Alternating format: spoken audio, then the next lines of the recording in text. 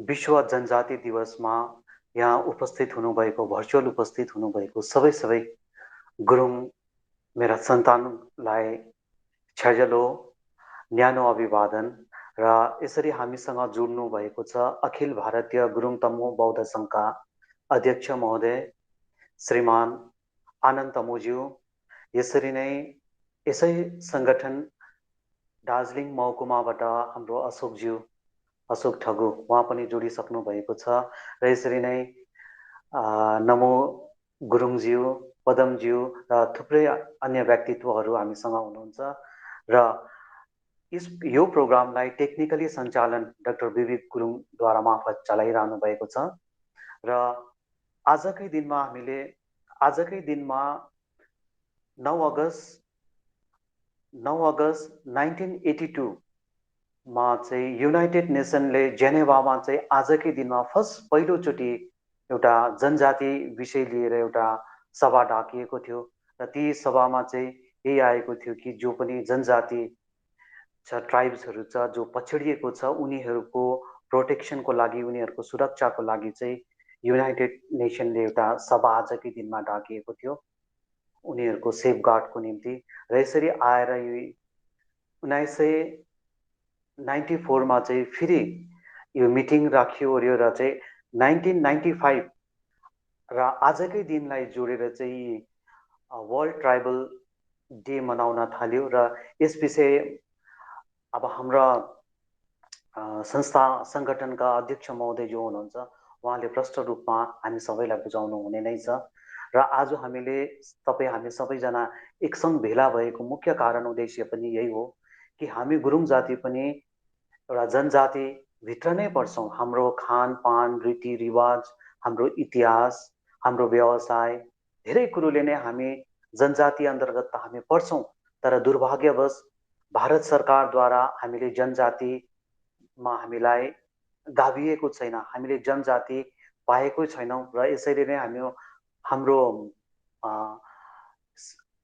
विद्यार्थी वर्ग भनौँ या कतिपय कुरोमा हामीले चाहिँ सरकारी सहुलियत पाउनदेखि हामी वञ्चित रहेका छौँ हाम्रो हक हित अधिकारदेखि हामी वञ्चित रहेका छौँ तर हाम्रो उहाँहरूले हामीलाई निरीक्षण गरेर हेर्दाखेरि हामी जनजातिमै हामी पर्दछौँ हाम्रो व्यवसायलाई हेर्नुहोस् हामीले भेड पालन गर्छौँ अझ अहिलेसम्म पनि हामी यथावत पहाडी क्षेत्रमा माथि डाँडाकाँडामा गएर हामीले भेडा चढाउँछौँ भेडा पालन गरिरहेका छौँ भेडाकै ऊनद्वारा निर्मित वस्त्रहरू लगाउन हामी रमाउँछौँ भनेपछि अझै पनि हाम्रा कतिपय वर्गहरूले भिरमौरीका महहरू काट्ने गर्छ र हाम्रो युवा वर्गले जागिर खानका लागि आर्मीमा पनि जाने गर्छ र आर्मीमा पनि चाहिँ गुरुङ मगर नै आर्मीको पनि फर्स्ट चोइस रहेको छ उनीहरूको पहिलो पसन्द गुरुङ मगरलाई नै लिने गर्छ र देशमा केही आइपरे हामीले आन बान र शानसँग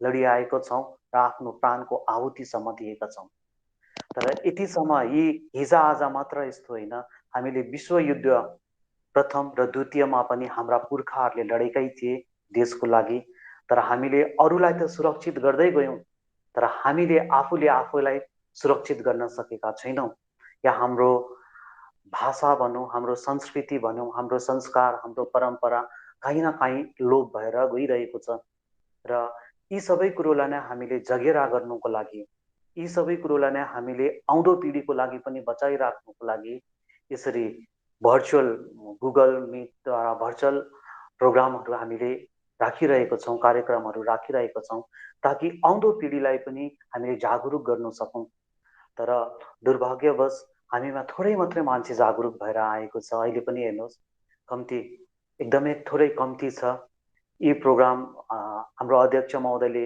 कयौँ दिन अगाडिदेखि उहाँले सेयर गर्नुहुन्छ भन्नुहुन्छ फोनमा गर्नुहुन्छ र पनि हामी जागरुक छैनौँ जबसम्म हामी एक हुँदैनौँ हामी एक भएर बढ्दैनौँ आफ्नो अस्तित्व पहिचान हाम्रो संस्कार संस्कृति परम्परालाई हामीले माया गर्दैनौँ भने हाम्रो हक हित र अधिकार पनि हामीलाई कसले दिन्छ र यसैले हामीले यो कुरो बुझ्नुपर्छ हामीले जान्नुपर्छ र घरमा भएका अन्य सदस्य छोराछोरी अन्यलाई पनि हामीले सिकाउनुपर्छ सङ्गठनमा एक सङ्घ हुनुपर्छ अहिले हामीले देख्छु मैले अलिकति प्रोग्राम, मेरो जुन चाहिँ प्रोग्राम थियो योदेखि म अलिकति हटेर जाँदैछु, किनभने हामीमा हाम्रो अध्यक्ष महोदय र हाम्रो दार्जिलिङ महकुमाका अध्यक्ष मात्रै वक्ता हुनुभएकोले गर्दा मैले अलिक समय लिएँ। अन्यथा मेरो यसरी बोलिरहने मेरो कुनै आवश्यकता थिएन। र अहिले हामीले सोसल मिडियाहरूमा देख्छौँ हाम्रो फलोवर्स, भ्युवर्स हजारौँ लाखौँ नै देख्छौँ। तर वास्तवमा हामीले चाहिँदाखेरि, हामीले के गर्न खोज्दाखेरि हाम्रोमा सँगै हुँदैन, हाम्रो आफ्नो हितासी या हाम्रो वेल विसरै हुँदैन, जो अहिले हामीले पाइरहेकै छौँ। यो एउटा इक्जाम्पल हो। र जति बेलासम्म हाम्रो सँग स्ट्रङ हुँदैन र हामी एक हुँदैनौँ र हामीले कुनै पनि कार्यक्रम गर्दाखेरि हामीले छलफल गर्दैनौँ भने हामीले चाहेको कुरो पनि त सरकारबाट हामीले कसरी पाउन सक्छौँ। यसरी नै म यहाँबाट सबैलाई आज वर्ल्ड ट्राइबल डेको शुभकामना, न्यानो अभिवादनसहित यो पनि निवेदन गर्न चाहन्छु कि हाम्रो युवा पिँढीलाई पनि, हजुरहरू अहिले जति पनि सुन्नुहुँदैछ उहाँहरूले पनि एउटा इन्स्पायर गरौँ, यसरी जोडौँ सङ्घ सङ्गठनसँग, हाम्रो रीतिरिवाज, संस्कार, संस्कृतिलाई कसरी संरक्षण गर्ने विचार विमर्श गरौँ, आफ्नो आफ्नो आइडिया सेयर गरौँ। हाम्रो हामीसँग अहिले आनन्दज्यू, अशोकज्यू हुनुहुन्छ, हाम्रो अग्रजहरू, जसले जे जति जान्नुभएको छ हामीलाई सेयर गर्दैछ हुनुहुन्छ, र उहाँहरूकोबाट हामीले बुझौँ, जानौँ, र युवा तबकाले बुझ्नु अति नै आवश्यकता छ। कहिलेदेखि अखिल भारतीय गुरुङ तमु बौद्ध एसोसिएसनले आफ्नो जातिको हित र अधिकारको लागि लडेर आए, के कस्ता कस्ता खुड्किलाहरू पार गरे, यो हामीले जान्नु आवश्यकता छ। र भविष्यको लागि हामीले रणनीति पनि तयार गर्नुपर्छ। र यसरी नै हामी युवा तबका र अग्रज तबका सबै हामी एक भएर हाम्रो जातिको हित र उत्थानको निम्ति अघि बढौँ, यही म भन्न चाहन्छु। र तपाईँहरू अहिले जति पनि यहाँ उपस्थित भर्चुअल प्रोग्राम मञ्चमा श्रोताको रूपमा उपस्थित हुनुहुन्छ, सबैलाई न्यानो अभिवादन, छ्याजलो र वर्ल्ड ट्राइबल डेको शुभकामना। हुन त हामी जनजाति हौँ, तर हामी आधिकारिक रूपमा हामीले यो कुरो पाएको छैनौँ र यसैको निम्ति हामी लड्दैछौँ। यो हामीले पायौँ भने हाम्रो आउँदो पिँढीको लागि र हामीलाई धेरै कुरोमा हामीलाई अधिकारहरूदेखि हामी वञ्चित रहँदैनौँ। र म अब समयलाई बेसी नलिँदैखेरि यस अखिल भारतीय गुरुङ तमु बौद्ध सङ्घका अध्यक्ष महोदय श्रीमान आनन्द तमुज्यूलाई आफ्नो विचार विमर्श राखिदिने म न्यानो अनुरोध गर्दछु। र अब भने यो स्क्रिन म उहाँलाई हस्तान्तर गरिरहेको छु। अब हामी श्रीमान आनन्द गुरुङज्यूलाई सुन्नेछौँ। धन्यवाद छ डाक्टर मेघेज्यूलाई। आज हाम्रो यात्रा आरम्भ भएको म ठान्छु, किनभनेदेखि जनजाति जुन चाहिँ हाम्रो डिमान्ड रहेको छ धेरै वर्षदेखिको, त्यो डिमान्डलाई आज हामीले भरमग्दुर चेष्टा गरिरहेका छौँ र यस यात्रामा कतिको सफल हुन्छौँ त्यो हामी पछिको विषयको कुरा हुनेछ। र हाम्रो यो 1994देखिको विशेष गरेर 10 डिसेम्बर 1993देखि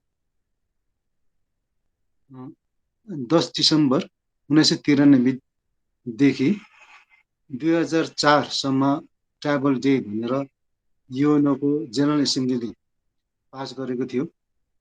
त्यसमा चाहिँ विभिन्न संसारभरिको जात जातिहरूको जो ट्राइबललाई आफू भन्दछन् उनीहरूको सुरक्षाको निम्ति उनीहरूको भाषा, धर्म, संस्कार, संस्कृति, वेशभूषा आदि विषयलाई लिएर उनीहरूको आफ्नो हक हित अधिकारको निम्ति चाहिँ सुरक्षित होस् भनिकन युएनओले चाहिँ यसलाई डिक्लेयर गरेको थियो, घोषणा गरेको थियो।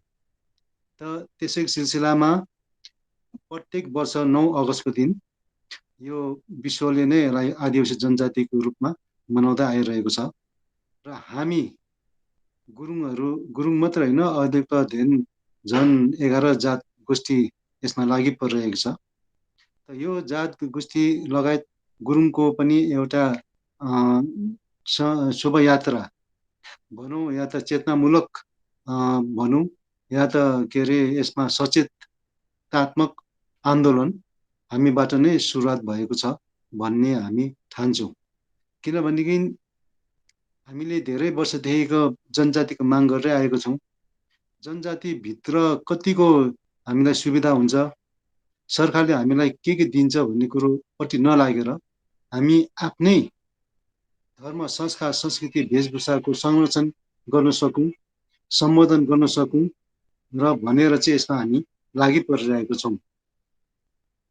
यो स्वाभाविक पनि हो, तर पनि अब जे जस्तो भए पनि हामी एकताबद्ध भएर हाम्रा जति मूल आकाङ्क्षाहरू छन् त्यसलाई हामीले फुलफिल गर्नै पर्छ र आउने दिनहरूमा पनि सरकारले सायद हाम्रो कुरालाई सुनिदिएको हुनुपर्छ भन्ने हामी चाहन्छौँ।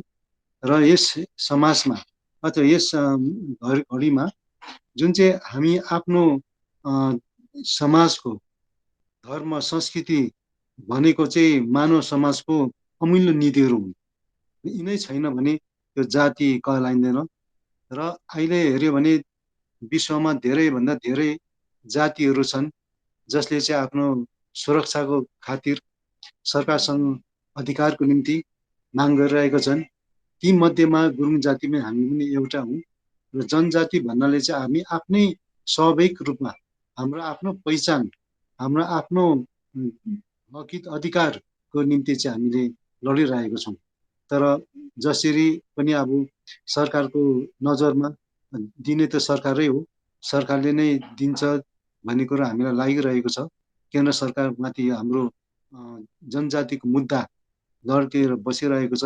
तर पनि आज 9 अगस्तको दिनमा चाहिँ एउटा विशेष यो सभा भनौँ या त आजको दिनमा एउटा हामीलाई चाहिने जति पनि हाम्रो अमूल्य निधिहरू छन् त्यसलाई चाहिँ सरकारले पुरा गरोस् भन्ने हामी चाहन्छौँ।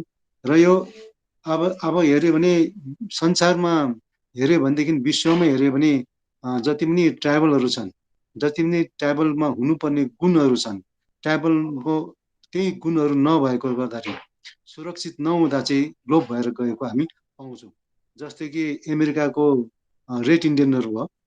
रेड इन्डियनहरूलाई पनि अब सबभन्दा पहिला उनीहरूको सुरक्षाको लागि त्यहाँको नेतृत्वहरूले रेड इन्डियनलाई पनि एउटा जनजातिको रूपमा मानिलिएको छ रेड इन्डियनहरूलाई।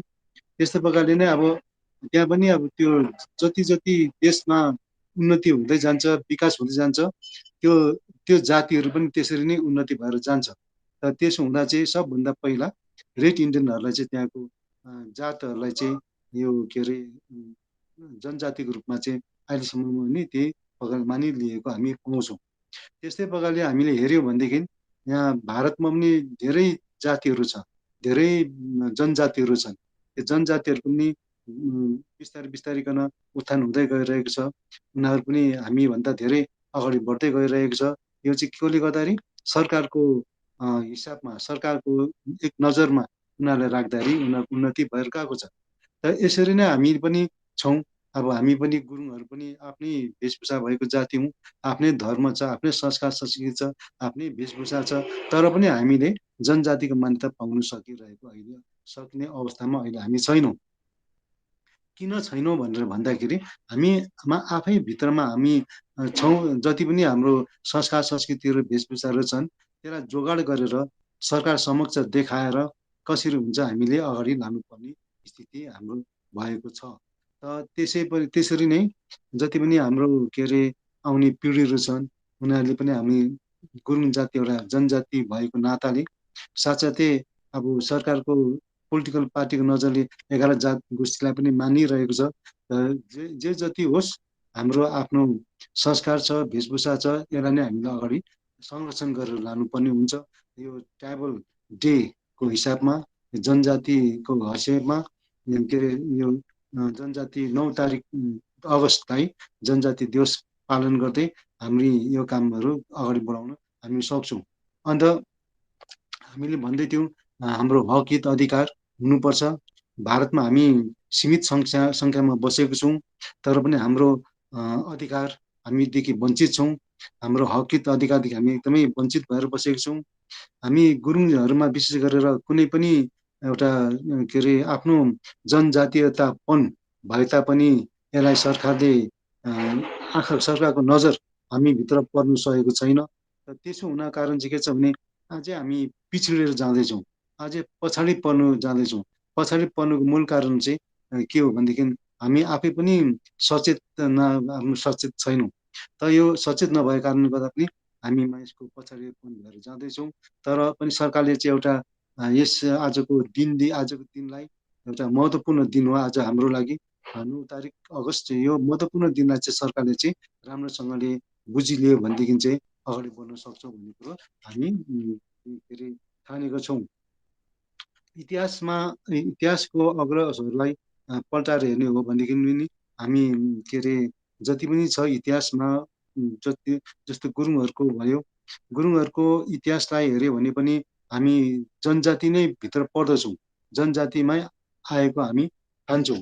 तर पनि हाम्रो के अरे मूलत रूपले चाहिँ जनजातिको आफ्नो भाषा, धर्म, संस्कार, संस्कृति, वेशभूषा एकदमै व्यवहारमा त्यति सजिलो छैन तापनि यसलाई चाहिँ हामीले जोगाएर राख्नुपर्ने स्थिति हाम्रो छ। अब त्यस्तो नहुँदा विशेष गरेर त्यस्तो छैन भनेदेखि किनभनेदेखि त्यो जनजातीयपन हाम्रोमा छैन भने हामी ट्राइबल किन माग्छौँ? ट्राइबल के को लागि माग्छौँ? जब हामीहरूमा त्यो छैन भनेदेखि त ट्राइबल माग्ने सवाल पनि आएन। हाम्रो ट्राइबल भएकोले गर्दाखेरि, हामी जनजाति भएकोले गर्दाखेरि, जनजातिमा हुनुपर्ने गुणहरू हामीसँग भएकोले गर्दाखेरि हामी जनजाति सरकार समक्ष मागेर आइरहेको छौँ। र जनजातिमा यति साह्रो के अरे हाम्रो यो पहिलो सायद भर्चुअल कार्यक्रम पनि हुनसक्छ। यो के अरे भारतमा सबैभन्दा पहिलो यो भर्चुअल कार्यक्रम पनि हो भन्ने मलाई लागेको छ। तर यसमा अब हामीले पनि के अरे अलिअलि गरेर हाम्रो सन्तानहरूलाई दोहोऱ्याएर, बताएर, सिकाएर यसपट्टि पनि हामी समर्पित हुनुपर्ने भावना राखेर जगाउँदै ल्याउँदै गर्नुपर्ने हामीलाई लागेको छ। र सबैभन्दा पहिला चाहिँ हामी आफ्नो कार्यक्रम गर्दैछौँ। यहाँनिर जनजाति हुनुमा आफ्नो गुणहरू त्यहाँ राख्दैछौँ। भाषामा होस्, गुरुङ भाषा भोट बर्मिल्ने भाषाभित्र पर्दछ। गुरुङ भाषाको सिनो भोट बर्मिल्ने भाषा भन्छ गुरुङ भाषालाई। तर पनि भाषाको संरक्षण हामीबाट हुन सकेको छैन। भाषा छैन भने त्यो जातिको अस्तित्व नै मेटेर गएको हुन्छ। जातिको अस्तित्व मेटेर जानु भनेको हाम्रो भाषाबाट धेरै नै के अरे पछाडि परेको हुनसक्छ। भाषाको संरक्षण हामीले गर्नु अत्यन्त नितान्त जरुरी छ। भाषा छैन भने त्यो जातिको प्राण पनि छैन भन्ने कुरो बुझाउँछ। भाषा नै हो त्यो जातिलाई देखाउनु लागि, बताउनु लागि चाहिँ भाषा अगाडि आउँछ। अब त्यस्तै प्रकारले धर्म हेरौँ, धर्ममा पनि अब हामी के अरे विभिन्न धर्म माने तापनि गुरुङ जातिको आफ्नो धर्म, आफ्नोपन के चाहिँ छ त्यो चाहिँ हामीले बुझेको हुनुपर्छ। धर्म सम्बन्धी बोल्नु पर्दाखेरि प्रकृति पूजा भन्छौँ हामी, प्रकृतिले मानिलिएको धर्म हो भन्छौँ। त प्रकृति पूजा माने तापनि अहिले आएपछि पेता लुता भन्ने कुरोहरू छ। धेरै नै कुराहरू गुरुङ जातिले अहिले बुझ्दै आएको छ। हाम्रो यस भेगमा, यो दार्जिलिङ यो भेगमा चाहिँ अथवा यो हिमालय क्षेत्रदेखि बाहेक पहाडी अञ्चल यो भारतमा हाम्रो त्यति साह्रो अघिल्लो पुस्ताहरूले धर्म विषयले त्यति जानकारी लिएको थिएन जतिको अहिलेको पुस्ताले लिएको छ। त्यो अघिल्लो पुस्ताहरूले हाम्रो निम्ति कुनै पनि केही पनि छोडेर गएन। त्यो अर्काको धर्मलाई नै एडप्ट गरेर हामी बस्यौँ। एडप्ट गर्दाखेरि हामीले त्यही उनीहरूकै संस्कार, संस्कृति, वेशभूषा हामीले अप्नायौँ। तर अहिले आएर हामी बुझ्दछौँ कि हाम्रो आफ्नै भाषा, आफ्नै धर्म, आफ्नै संस्कार, संस्कृति, वेशभूषा आफ्नै छ भन्ने कुरो अहिले हामी बुझेको छौँ। तर त्यसो हुँदा चाहिँ यसबाट नै हामीले संरक्षण गर्दै जानुपर्ने हुन्छ। र आजको जुन चाहिँ विशेष गरेर यो कार्यक्रमलाई चाहिँ एकदमै हाम्रो डाक्टर मेगी ज्यूले राम्रो प्रकारले बताइदिनु भयो र सञ्चालन पनि गरिदिनु भएको छ र उहाँलाई पनि धेरै धेरै धन्यवाद छ।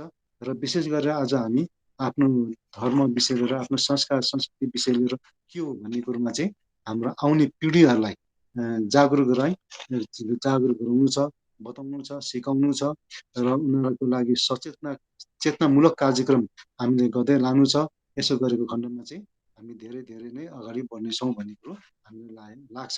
तर अब कसरी चाहिँ हुन्छ अब यस भर्चुअल कार्यक्रममा पनि हामीले कसरी चाहिँ आफ्नो सन्तानहरूलाई भनौँ के अरे यो आफ्नो आफ्नो विषयको विषयवस्तु रहे तापनि विशेष गरेर आज चाहिँ गुरुङ जातिकै हिसाबले चाहिँ ट्राइबल माग्ने एउटा मुख्य जाति भएकोले गर्दाखेरि यो ट्राइबलमा पर्ने गुणहरू के हो र गुरुङ जातिलाई ट्राइबल दिनै पर्छ भनेर भारत सरकारलाई हामीले पहिलेदेखि नै माग गरिरहेका छौँ र यसो हुँदा पनि अब के अरे आफ्नो आफ्नो जात गोष्ठीले आफ्नो आफ्नै प्रकारले त्यहाँनिर ट्राइबलको डिमान्ड गरेको हुन्छ त उनीहरूको संस्कार संस्कृति वेशभूषा आफ्नै प्रकारले दिएको हुन्छ तर पनि अब हामी आफ्नै जातिको चाहिँ छुट्टै जाति भएकोले गर्दाखेरि संस्कार संस्कृति वेशभूषा धर्म भाषा हाम्रो एकदमै जातीय पहिचानहरू हुन् र यसलाई नै हामी सँगालेर लैजाउँ भन्ने कुरो हाम्रो यो आजको यो ट्राइबल डे अथवा वर्ल्ड ट्राइबल डे विश्व आदिवासी जनजाति दिवसको उपलक्ष्यमा यही भन्न म चाहन्छु र अहिलेलाई म यतिमै मेरो आफ्नो भनाइलाई राखेँ। बिथेवा अनन्त मुज्यू उहाँलाई धेरै धेरै ग्यासजे उहाँको मुखारवृन्दबाट हामीले धेरै कुरो जान्नु र सिक्दै आएका थियौँ पनि सिकिरहेका छौँ पनि र सिकिरहने छौँ पनि। उहाँ नै हाम्रो यस संस्थाको संस्थापक पनि हुनुहुन्थ्यो र अहिले हाम्रो अध्यक्ष पदलाई भार गरेर उहाँले हामीलाई नेतृत्व गरिरहनु भएको छ र उहाँबाट हामीले धेरै कुरो सिक्नु छ र उहाँले एउटा सिङ्गो जाति जीवित रहनुको लागि हामीले के कसो कसो गर्नुपर्ने रहेछ, हामीले आफ्नो संस्कार संस्कृति भाषालाई कसरी जगेरा गर्नुपर्ने रहेछ, माया गर्नुपर्ने रहेछ, यो सबै कुरो उहाँले बताउनु भयो। यसको लागि उहाँलाई फेरि पनि ग्यासजे र हजुरलाई हामी बारम्बार सुनि नै रहनेछौँ।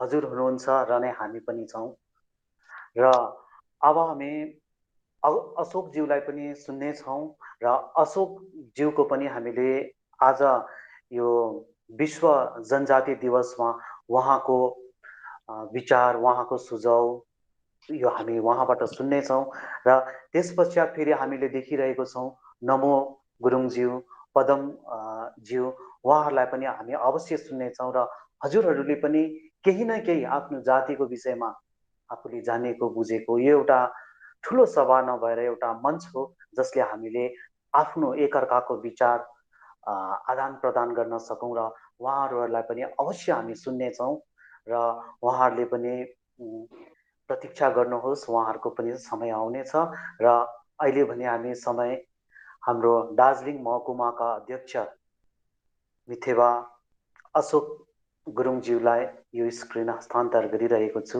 र यो मञ्च अब हजुरको भयो। र यो संसारभरि मान्दै आएको आजको जनजाति दिवस 9 अगस्तको सबैलाई हार्दिक शुभकामना व्यक्त गर्दछु सर्वप्रथम। र आज जति पनि अनलाइन जोडिनु भएको छ मेरो सबै परिवारलाई तमु परिवारलाई पनि म हार्दिक निमन्त्रणा हेर्लाई है सबैलाई म स्वागत जनाउँदछु।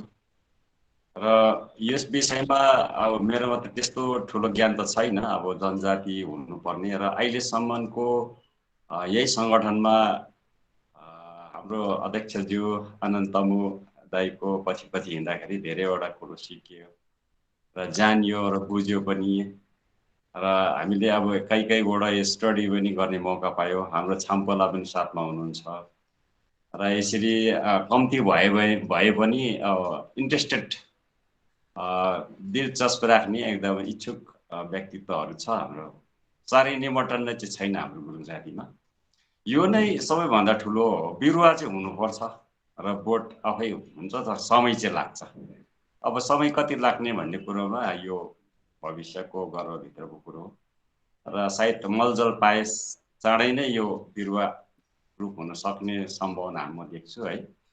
त्यसले गर्दाखेरि आजको यो जनजाति दिवस विश्व जनजाति दिवसमा गुरुङहरूले पनि केही न केही अंशग्रहण गर्नुपर्छ भन्ने जमतको सबैभन्दा ठुलो एउटा माइलखुट्टी हो र यो माइलखुट्टी आजदेखि सुरु भएको जस्तो लाग्छ मलाई। र विशेष गरेर अब हामीले जनजाति किन माग्दैछौँ त? यदि हाम्रोमा क्यारेक्टरिस्टिक्स हाम्रो क्यारेक्टर छैन, हाम्रो जनजाति हुन लायकको हामी जाति होइनौँ भने हामी किन माग्ने जनजाति भन्दाखेरि अब इतिहासलाई फर्केर हेरौँ, हाम्रो धर्म, संस्कार, संस्कृति, परम्परालाई हेरौँ, हेर्दाखेरि हामी भित्रको जुन चाहिँ चरित्र छ त्यो चाहिँ जनजातिकै पाउँदैछौँ। हामीमा मानसिक रूपले र शारीरिक रूपले पनि हामी अरू जातिहरूभन्दा धेरै पछौटे र शिक्षाको स्तरमा पनि हामी धेरै कम्ती नै छौँ टोटलमा है। त्यसले गर्दाखेरि पनि अब हामीले यो पक्षलाई लिनुपर्छ र हामीले इतिहास हेऱ्यौँ भने हाम्रो उद्गम थलो र कहीँ न कहीँ हामी धेरै टाढो कोकोनोर ताल है, यो मङ्गोलियाको जग्गाबाट होरा ओसानुरको जग्गा जो छ त्यो चाहिँ बर्नार्ड पिक्नेटले पनि आफ्नो लेखमा उल्लेख गर्नुभएको चिज हो, होरा ओसानुर जो चाहिँ मङ्गोलियामा पर्छ। त्यसपछि घ्याब्रीको र पछिको जुन चाहिँ पेय शास्त्रमा पनि होरा ओसानुर नै भनेको छ। गुरुङहरू मरेर गयो भने पनि कसैले चाहिँ सुमेरु पर्वतसम्म आत्मालाई पुर्याउने भन्ने भनाइहरू राखियो, तर अन्तमा गएर चाहिँ त्यो हाम्रो पैतृक थलो र कुल स्थान चाहिँ होरा ओसानुर भनेर नै स्पेल आउट गर्ने रहेछ उनीहरूले, पछुहरूले पनि। त्यसको मतलब अब दुई पक्षबाटै पुष्टि हुन्छ कि हाम्रो गुरुङहरूको उद्गम थलो चाहिँ होरा ओसानुर नै रहेछ भन्ने कुरा चाहिँ त्यहाँनिर स्पष्ट हुन्छ। अब त्यहाँबाट बिस्तारै बिस्तारै के कति कारणवशले र हाम्रो यो खाना बदोस भन्छ, खानाहरू खोज्दै अब राम्रो एउटा पारिलो जग्गाहरू हिँड्दै गर्दै, त्यसै पनि हामी एउटा भेडा चराउने जाति हो, हाम्रो ट्रेड छ आफ्नै लुगाफाटा बनाउने, राडी घुमराडीहरू रोलेहरू भन्छ हामी गुरुङ भाषामा, र यस्तोहरू बनाउँदै आउँदै लाउँदै हिँड्ने। अन्त अब त्यही गाई अगाडि भेडाकै दुधहरूको विभिन्न परिकारहरू बनाउने यो स्किलहरू चाहिँ गुरुङमा छ र एक ठाउँदेखि अर्को ठाउँ सरिरहनु पर्ने चाहिँ बाध्यता छ। किनभने अब भेडी गोठ भन्ने कुरो चाहिँ एक ठाउँदेखि दुई दिनसम्म चाहिँ एक ठाउँदेखिको राख्नै सक्दैन, मिल्दैन।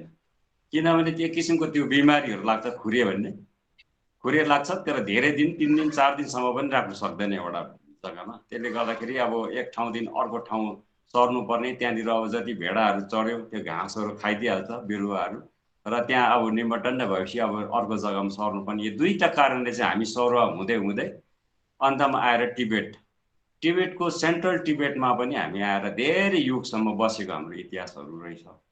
त्यहाँनिर चाहिँ अब कतिको इतिहासकारहरूको भनाइ छ तमुहरू चाहिँ त्यहाँनिर तिरोहरू जुन प्रकारले सरकारले हाम्रो तमुमाथि लगाइयो करहरू तिर्नुपर्ने, स्योरा पोरा भन्छ गुरुङ भाषामा, स्योरा पोरा तिर्न नसक्दाखेरि चाहिँ त्यहाँबाट फेरि पलायन भएर चाहिँ यो अन्नपूर्णको दक्षिणपट्टिको हिमालय दक्षिणको पाटोमा आएर चाहिँ धेरै युगसम्म बसेको र त्यस युगमा चाहिँ अब त्यो अन्नपूर्ण हिमालयको दक्षिण पाटा एउटा पारिलो भएको एउटा मान्छेले बस्ने लायकको जग्गा र त्यहाँनिर धेरै घाँसपात हुने र अलिकति बिरुवाहरू पनि धन के अरे अब यो खेतीबारी पनि हुन सक्ने जग्गा भएर चाहिँ त्यहाँनिर छानेर चाहिँ गुरुङहरू त्यहाँ आएर स्थापित भए। हुँदाखेरि त्यहाँबाट त्योभन्दा अगाडि नै राई किराँतहरू पनि त्यो जग्गामा आएर बसोबास गरिसकेको, तर धेरै युगसम्म पनि अब राई किराँतहरू एक जग्गामा बसे र गुरुङहरूको यो चाहिँ अन्नपूर्णको हिमालयको दक्षिण पाटामा आएर चाहिँ गुरुङहरू धेरै बस्दाखेरि चाहिँ त्यहाँनिर हाम्रो गुरुङहरूको तमुहरूको परिवारको चाहिँ अब किराँती राईहरूसँग धेरै संसर्ग छ। त्यो संसर्ग हुँदाखेरि चाहिँ अब कति अब किराँती राईहरूको संस्कृति संस्कारहरू गुरुङमा आए, गुरुङले आफ्नै प्रकारले बनाए, र कति तमु संस्कारहरू पनि किराँतमा गए। यसरी अब एक्सचेन्ज अफ माने कल्चर भएको छ त्यहाँनिर पनि। त्यसले गर्दा इतिहासकारहरूले चाहिँ गुरुङहरूलाई पनि एउटा किराँतकै एउटा सानो उपज हो र उपथर हो भन्ने पनि गरेको छ। वास्तवमा चाहिँ हेऱ्यौँ भनेदेखिलाई किराँतहरू चाहिँ हामी किराँती चाहिँ होइनौँ गुरुङहरू चाहिँ। त्यो पछि गएर त्यो हामीले इतिहास केलाउँदाखेरि गुरुङहरू चाहिँ किराँती नभएको, तर किराँतीहरूको संसर्गमा धेरै युगसम्म सँगै बसेकोले गर्दाखेरि चाहिँ कतिवटा एक्सचेन्ज अफ माने कल्चर भएकोले गर्दाखेरि त्यहाँनिर एउटा कुरोहरू छ। जस्तो भिरको मौरीहरू काट्ने, त्यसमा त्यो आगो कारवाको जो कथाहरू छ, आगो कारवा हिरमौरी काट्नुभन्दा अगाडि एउटा जो मन्त्र उच्चारण गरिन्छ भाले काटेर, त्यो वास्तवमा आगो कारवाको मन्त्र हो। त्यो आगो कर्मको मन्त्र चाहिँ कसले गर्छ त भन्दाखेरि किराँतीहरूले गर्छ। अब किराँतीहरूलाई पनि त्योभन्दा अगाडि पनि लेप्चाहरूले पनि लाप्चीहरूले पनि गर्थे। अब लाप्चीहरूको पनि भिरमौरी काट्ने उनीहरूको पनि ट्रेडिसन थिएछ, परम्परा थिएछ। तर पछाडि बिस्तारै बिस्तारै फेरि यो किराँतीमा आयो। किराँतीबाट सायद हुनसक्छ गुरुङमा आयो, या त गुरुङबाट किराँतीमा गएको हुनसक्छ। अब यो चाहिँ अब इतिहासले नै अब बताउँला, पछि अब रिसर्चहरू गर्ला के गर्ला। र यसरी नै अब हामी नै अगाडि हौँ, गुरुङहरू अगाडि हो, गुरुङबाट अरू जातले सिकेको भन्नु पनि झट्टै मिल्नु भन्नु अलिक सम्भव छैन यो कुरोमा। त्यसले गर्दाखेरि अब दक्षिण जो हिमालयको पाटोमा, जो हिमालय पाटोमा धेरै युगसम्म हामी बसेर त्यहाँदेखि नरगाउँ फोगाउँ हुँदै नारपो भन्छ जो गुरुङ भाषामा, नार एउटा गाउँ हो, फो एउटा गाउँ हो, नारपो गाउँ भन्दैछ, नरगाउँ फोगाउँ भन्ने छ। त्यहाँबाट पनि हाम्रो गुरुङहरू दुई पङ्क्ति भएर छुटिएको छ।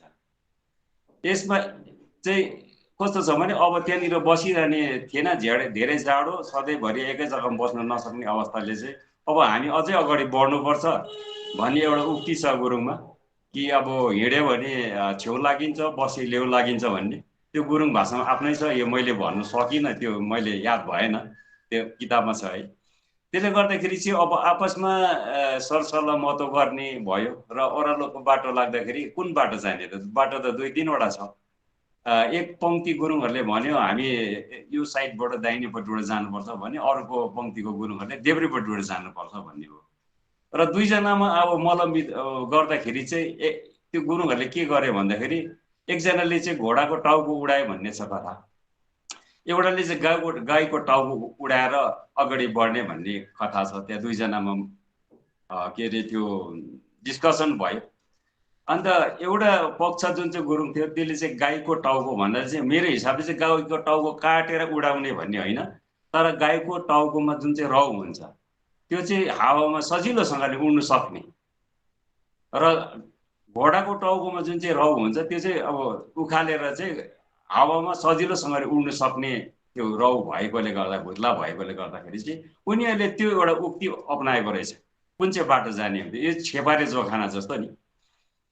छेपारे जोखाना अब हाम्रो कुनै चिजहरू हरायो भने हामीले पहिला हातमा यो थुक लगाएर बिचमा एकदम यस्तो प्रकारले ठ्याक्कै हिर्काउँदाखेरि चाहिँ त्यो मेरो हराएको माने सामान चाहिँ कतापट्टि छ भने त्यो थुक जता उछिटेर गयो त्यतै मेरो सामान त्यता झरेको रहेछ, त्यता हराएको रहेछ भनेर त्यतै खोज्न हामी हिँडेको जस्तै एउटा छेपारे जोखाना जस्तो गरेको छ गुरुले। त्यसले गर्दाखेरि त्यो जसले चाहिँ गाईको भुत्ला उडायो उनीहरूले चाहिँ माइक्र भन्यो, र गाईको हाम्रो घोडाको टाउको उडाउनेले, भुत्ला उडाउनेले चाहिँ ताक्र भयो। अब दुईटा पङ्क्तिमा गुरुङहरू छुटिँदा एउटा चाहिँ ताक्र भयो, एउटा चाहिँ माक्र भयो। अब त्यो हिसाबले दुई पङ्क्ति छुटेर गुरुङहरू बिस्तारै बिस्तारै यो नेपालको खाल्डोतिर झर्दै गएको अवस्थाहरू छ। नोरगाउँ फोगाउँ हुँदै ओल्पेका डाँडाहरू हुँदै ओह्रालो मधेसतिर झरेको छ, पहाडतिर झरेको छ, हिमालबाट पहाडतिर झरेको यो इतिहासहरू छ। यसरी नै अब हाम्रो दिनोदिन हाम्रो भेडी चरणहरू त हाम्रो व्यवसाय त सुरुदेखिकै हामीले स्पष्ट गर्न सक्ने रहेछौँ। किनभने त्यहाँदेखिकै हामी अब यो मङ्गोल एरिया जुन चाहिँ यो मङ्गोलिया छ त्यहाँ पनि भेडाको राम्रो नसलहरू पाउँछ अहिले पनि, भेडाको चरण त्यहाँ पनि छ, र टिबेटमा पनि सयपरि त्यस्तो छ, र हिमालको जस्तो अब सिक्किमको यो माथि माथि लेकतिर पनि अहिलेसम्म भेडी चरणको राम्रो एउटा त्यहाँनिर सम्भावनाहरू छ। र नेपालको पनि माथि माथि हिमालको एरियामा पनि भेडी चरणको लागि एकदम उपयुक्त जग्गाहरू भएकोले गर्दाखेरि गुरुङहरू चाहिँ त्यहीसँग सम्बन्धित भएकोले गर्दा चाहिँ हाम्रो यो भेडा र हाम्रो भेडा गोठको कुकुरहरूसँग चाहिँ हाम्रो गुरुङहरूको चाहिँ धेरै राम्रो एउटा माने के अरे उयो रिलेसन थिएछ क्या त इतिहासदेखिकै। अब यो सबै चिजहरू चाहिँ ट्राइबल ट्रेड हो भन्नु सक्छु म है। त्यसले गर्दाखेरि चाहिँ अब बिस्तारै बिस्तारै अब हामी व्यवसायिक रूपमा चाहिँ हाम्रो भेडा पालन एउटा मुख्य पेसाको रूपमा हामीले अहिलेसम्म पनि भन्दैछौँ, र हामीले आरजिआईतिर कता कता जाँदा चाहिँ ट्राइबलको लागि गर्दैछौँ, त्यो देखाउँदैछौँ। यो एउटा हामीले अरिजिनलिटी त्यहाँ हाम्रो छ। त्यो बिस्तारै बिस्तारै त्यसरी हुँदै हुँदै जाँदाखेरि अब हाम्रो जुन चाहिँ संस्कार छ, हाम्रो पूजा गर्ने विधिहरू पनि यसरी नै हाम्रो डेभलप हुँदै गएको छ, विस्तार हुँदै गएको छ। जस्तो गरिकन खेकुते जो पितृको पूजाहरू गरिन्छ, पितृको पूजामा एउटा एकदमै सजिलो प्रकारको एउटा के छ भने प्रयोगमा आउने चाहिँ माछा। माछा चाहिँ पितृको पूजामा चाहिँ माछा चढाउनै पर्ने स्थिति छ। अब यो माछा चाहिँ किन चढाउने त भन्दाखेरि मैले कति जग्गा देखेँ, चित्रहरूले पनि पितृको पूजा गरेको भने देखेको छु। त्यो चाहिँ किन रहेछ भन्दाखेरि चाहिँ अब यो लेब्री पचुहरूले चाहिँ यो पूजाको लागि चाहिँ माछा एकदम अनिवार्य रूपमा चाहिँ माछा हुनुपर्ने रहेछ। यसको पनि यो पछि कथा रहेछ एउटा कि यो मलगजा ग्याला भन्दो रहेछ। मलगजा ग्याला, मलगजा राजा चाहिँ अब नदीमा माछा मार्नु जाँदाखेरि, माछा मार्नु आफ्नो भारतदारहरूसँग गयो। जाँदाखेरि चाहिँ त्यहाँ माछा मार्ने क्रममा चाहिँ एउटा सुनौलो माछा देखेछ। त्यो माछा देखेछ र धेरै उसलाई चाहिँ मन परेछ त्यो मलगजा राजालाई त्यो माछा। र माछा मार्नु चाहिँ होइन, राजाले चाहिँ त्यो माछासँगै बिहा गर्ने प्रस्ताव राखेछ। र माछा पनि अब त्यो आफ्नो के अरे मलगजा राजाको जुन चाहिँ प्रस्तावना थियो त्यो स्वीकारेर दुईजनाको माने प्रेम प्रीति बस्यो। प्रेम प्रीति बसेपछि उहाँ बिहा पनि गर्यो। बिहा गर्दाखेरि यसरी अब यसरी समय बित्दै गयो। बित्दै जाँदाखेरि अब सधैँ अब राजा खोलामा जाने, नदीमा जाने, त्यो माछालाई भेट्ने र प्रेम लाभ गर्ने, प्रेमको आपसमा प्रेमी प्रेमिकाको बातचित गर्ने, भेट्ने र माया मोह भएको आफ्नो प्रणय बन्धनमा बाँधिरहेको है। त्यसले गर्दाखेरि अब समय बित्दै गयो। एक दिन त्यो खोलामा ठुलो भल आएछ। भल आउँदाखेरि माछा चाहिँ कुरमा पसी गयो। तर अब राजा त अब राजा भएको मान्छे भयो, ऊ कुरमा पस्नु पनि सकेन। त्यो खोलाबाट नदीबाट निस्किनु पनि नसक्दाखेरि चाहिँ त्यो खोलाले राजालाई, मलगजा राजालाई चाहिँ बगाएर लगेछ। लाँदाखेरि चाहिँ के भयो, अब सबै भारतदारहरू, अब उहाँको अब सेनेमेनेहरू, जनताहरू सबै राजालाई खोज्नु चाहिँ गयो। राजाको अब सशरीर चाहिँ पाउनु सकेन। सबै माछाले खाइसक्यो भन्ने उनीहरूको विश्वास भयो। अन्तमा धेरै खोज्यो, धेरै समय लगाएर खोज्यो, धेरै उक्तिहरू अपनायो, तर राजाको डेड बडी, मृत शरीर जो सिमी भन्छ गुरुङ भाषामा, त्यो चाहिँ पाउनु सकेन। त्यो पाउनु नसक्दाखेरि चाहिँ अन्तमा चाहिँ के भयो भने त्यो माछालाई नै अब ल्याएर चाहिँ अर्ग्यु गरेको छ मलगजा राजाको। किन भन्दाखेरि चाहिँ अब सशरीर त पाउनु सकेन, मृत शरीर पाउनु सकेन। तर त्यही माछाले चाहिँ मलगजा राजाले खाएको र मलगजा राजाको केही अंश, केही पिण्ड, केही अस्तुहरू चाहिँ त्यो माछाको भुँडीभित्र छ भनिकन त्यही माछालाई ल्याएर चाहिँ पितृपूजा गरेछ। अब यो पितृपूजा गर्ने बित्तिकै गुरुङको एउटा परम्परा त्यहाँ सुरु भयो। अब पितृपूजामा यो गर्दाखेरि माछा नपाएको खण्डमा सधैँभरि त्यहाँ माछा पाउने कुरा आएन। अब अलिकति पहाडमा असाला बुदुना माछाहरू पाइन्छ, तर अर्को त्यो के फिसहरू त्यो भन्ने पाइन्छ। तर त्यो सम्भव भएन भने पनि चित्रले पनि ल्याएर चाहिँ गुरुङहरूले पूजा गरेको चाहिँ मैले देखेँ। अब सधैँभरि अब सबैको खोला नजिक हुँदैन र सधैँभरि माछा पक्रिने पनि अब त्यो पारा नमिल्दा, त्यसले गर्दाखेरि पनि गुरुङहरूले चाहिँ चित्र ल्याएर पनि यसको खेकुतेको पूजा, अब पितृपूजा गर्ने भन्ने चलन पनि छ। अब यस्तो यस्तो किसिमको सोच, यो जीवन दर्शन हामी गुरुङहरूमा रहेछ। गर्दाखेरि पनि हाम्रो यो कथाहरू अहिले हेर्दैछु मैले, लोक कथाहरूमा यति मिठो मिठो रोचक कथाहरू छ गुरुङहरूको। त्यो हेर्दा चाहिँ धेरै मलाई गर्व लाग्छ कि हामीले चाहिँ अब किन चाहिँ जनजाति पाउनु सकेनौँ भन्ने, कि हामीमै कमजोरी भयो कि भन्ने पनि लाग्छ। त्यसले गर्दाखेरिमा अब हामीले अब 5वटा क्राइटेरिया छ, अहिले कतिवटा 6वटा पनि भन्दैछ आफ्नो मापदण्डहरू जो जनजाति हुनुको लागि। त्यसमा चाहिँ एउटा हामीले खासै चाहिँ औँल्याएको मापदण्ड चाहिँ डिस्टिङटिभ कल्चरै मलाई लागेको। अलिक यो मलाई मेरो हिसाबले, मेरो एउटा पर्सनल पोइन्ट अफ भ्यूले गर्दाखेरि यो अलिकति डिप पनि छ र यो गहन पनि छ र यो एकदमै कामयाब पनि छ। यही चाहिँ एउटा मोडालिटीमा चाहिँ आउनु सक्नुपर्ने भन्ने मैले सोचेको छु। त्यो भित्र अब डिस्टिङटिभ कल्चर मात्रै हेरेर हुँदैन। विगतमा पनि अब यस्तै राजनीति हुँदाखेरि यो चिजहरू के भयो भनेदेखिलाई डिस्टिङटिभ कल्चर मात्रै भन्यो। हामीले चाहिँ धर्मको कुरा पनि गरेको थियौँ। धर्म चाहिँ फ्याक्टर होइन, धर्म चाहिँ क्राइटेरिया हुँदैन भनेर चाहिँ जित्यो हामीलाई।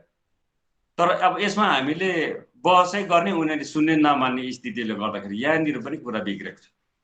अब डिस्टिङटिभ कल्चरभित्र दुईटा इन बिट्विन द लाइन्स दुईटा अझै उयो छ, क्राइटेरिया छ। एउटा भयो ल्याङ्ग्वेज, दोस्रो चाहिँ हो रिलिजन। अब ल्याङ्ग्वेज र रिलिजन यति साह्रो भाष छ, यसलाई नै हामीले एउटा इलाबोरेट गरेर गयौँ भने पनि अब धर्म त धर्म भयो। अब हामी फर्स्टमा चाहिँ ल्याङ्ग्वेजको कुरा गरौँ, किनभने यो ल्याङ्ग्वेज भन्ने कुरो चाहिँ प्राय 5वटा क्राइटेरिया मापदण्डभित्र चाहिँ सबैले टच गर्ने चिजहरू चाहिँ ल्याङ्ग्वेज हो। ल्याङ्ग्वेज अब साइनेज अफ कन्ट्याक्ट भने चाहिँ अब लजाउँछ, अरूसँग यो छैन, बिहाबारी गर्दै सम्बन्ध गरेको छैन, अब माने म्यारेज रिलेसन पनि गर्दैन गुरुङहरूले, कम्ती गर्छ र आफ्नो इन्टरकास्ट म्यारेज चाहिँ ज्यादा प्राथमिकता दिन्छ। गुरुङको छोराले गुरुङको छोरी नै बुहारी नै ल्याउनुपर्छ भन्ने छ। आफ्नो गुरुङको छोरी छ भने ज्वाइँ पनि गुरुङै भयो भने अति नै राम्रो र अन्य जातमा नजाओस् पनि भन्ने हाम्रो अहिलेसम्मको विश्वास धारणाहरू अझै यथावत छ। अब यो सबै चिजहरू चाहिँ के गर्छ, ल्याङ्ग्वेजले गर्छ। जस्तो अब इङ्ग्लिस ल्याङ्ग्वेजलाई एउटा कम्पेरिजनले ल्याउँ भने इङ्ग्लिस ल्याङ्ग्वेज बोल्ने धेरैवटा कन्ट्री छ। अहिले हामीले इङ्ग्लिस मात्रै बोल्नु सक्यो भने पनि हाम्रो ल्याङ्ग्वेजमा हामीले आफ्नो मनको भावनाहरू धेरै जग्गामा बताउन सक्छौँ। र अरूले भनेको चिजहरू, अरूले दिएको साहित्य, अरूले दिएको कविता, पोएम्सहरू जति पनि छ हामीले सहज रूपमा बुझ्नु पनि सक्छौँ। यो एउटा इन्टर रिलेसन बन्यो त्यो ल्याङ्ग्वेजले। अब सेकेन्ड हामीले हिन्दी भाषालाई लिउँ भने पनि हिन्दी भाषा चाहिँ अब इन्डियामा त धेरै जग्गा बोल्छै बोल्छ, 1-2 जग्गा छोडेर चाहिँ हिन्दी नबुझ्ने जग्गा र नबोल्ने जग्गा चाहिँ इन्डियाभित्र छैन। हिन्दी भाषा नै एउटा राष्ट्र भाषा हो र कमसेकम हिन्दी मात्रै जान्यौँ भने पनि बोल्यौँ भने पनि इन्डियाभरि र नेपालमा पनि अब बोल्नु सक्छ र बुझ्नु सक्छ। र अरू पनि यस्तो कन्ट्रीहरू छ जहाँ चाहिँ हिन्दी पनि बोल्नु सक्छ।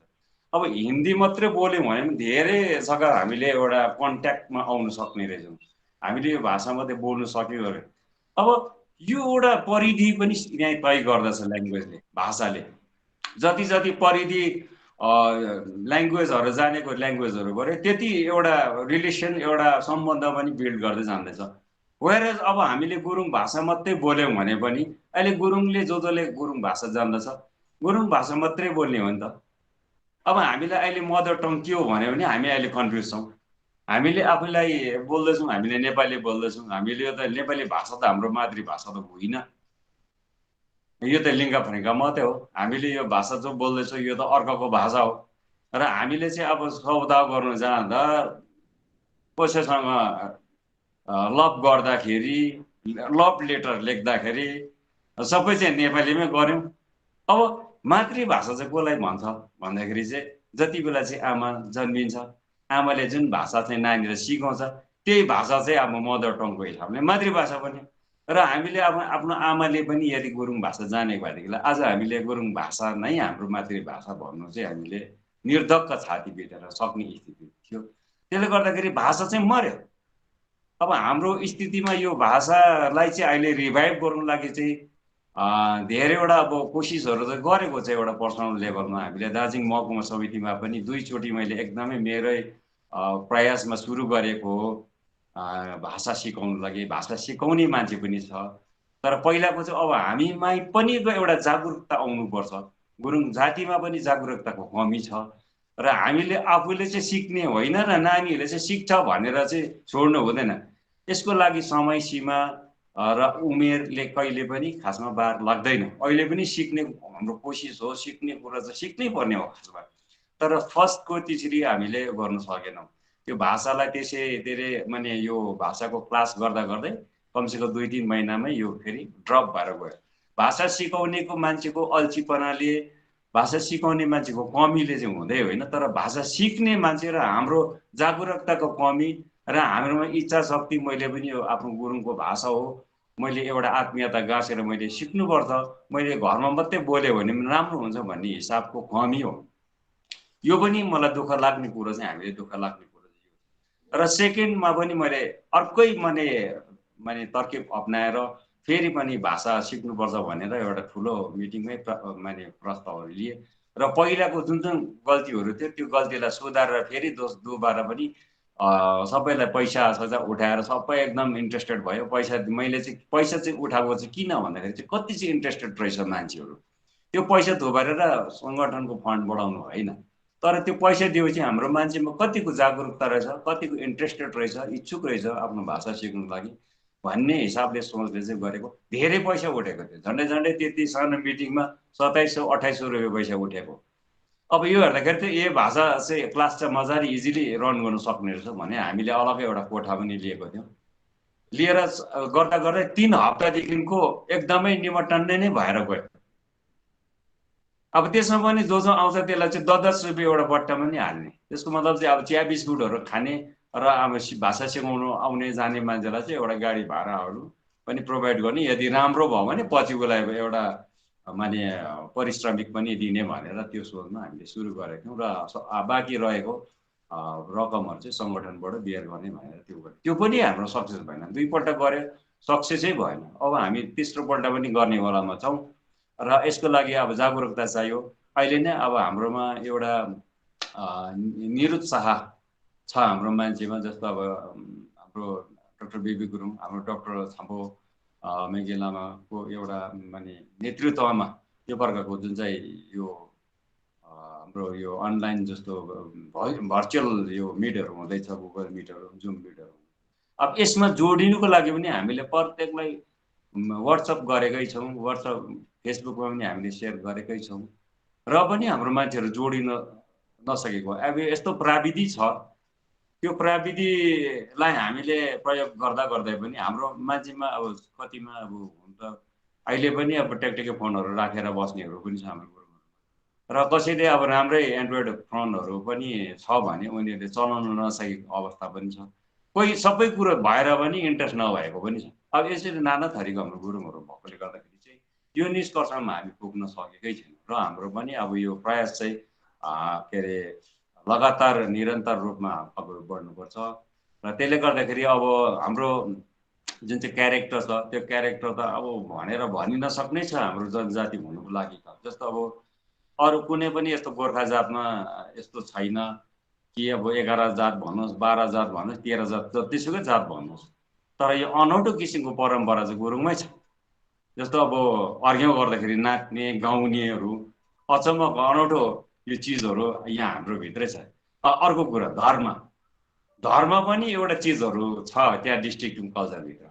अब हामीलाई उनीहरूले के भन्यो भने त्यति बेला हामीले धर्मको हिसाबले चाहिँ अब all India Gurung Buddhist association हामीले बुद्धिस्ट भएर सुरु गरेको, किनभने धर्म पनि क्राइटेरिया चाहिँ होइन भन्छ उनीहरूले, तर हो नै, किनभने त्यहाँ परम्परा र संस्कृतिसँग जोडिएकै धर्म हुन्छ। जबसम्म हामीले धर्म होइन भन्छौँ भने संस्कृति र परम्परालाई चाहिँ हामीले पर सारेर राख्नु पर्यो। अब योसँग चाहिँ रिलेटेड हो, एउटा सिक्काको 2टा पाटा हो यो सबै चिजहरू। एकपट्टि धर्म बस्छ, अर्कोपट्टि कल्चर, अर्कोपट्टि ट्रेडिसन हुन्छ, यो 2टा पाटा हो। त्यसले गर्दाखेरि योसँग चाहिँ एकदमै सम्बद्ध छ यो, हामीले धर्म होइन भन्न सक्दैन। अन्त हामीलाई यसको जवाबमा चाहिँ के दियो भने अन्त ट्राइबल हुनुको लागि के बुद्धिस्ट धर्मै हुनुपर्छ र भन्छ। अब हामीले चाहिँ त्यसलाई नजान्ने प्रकारले नै उसलाई जवाब दियो कि हिमालयन बेल्टमा जति पनि बुद्धिस्टहरू छ सबै ट्राइबल छ, गुरुङहरू बुद्धिस्ट भएर नन ट्राइबल छ भनेर पनि हामीले भन्यो, त्यताबाट चाहिँ बुझ्छ होला भनेर।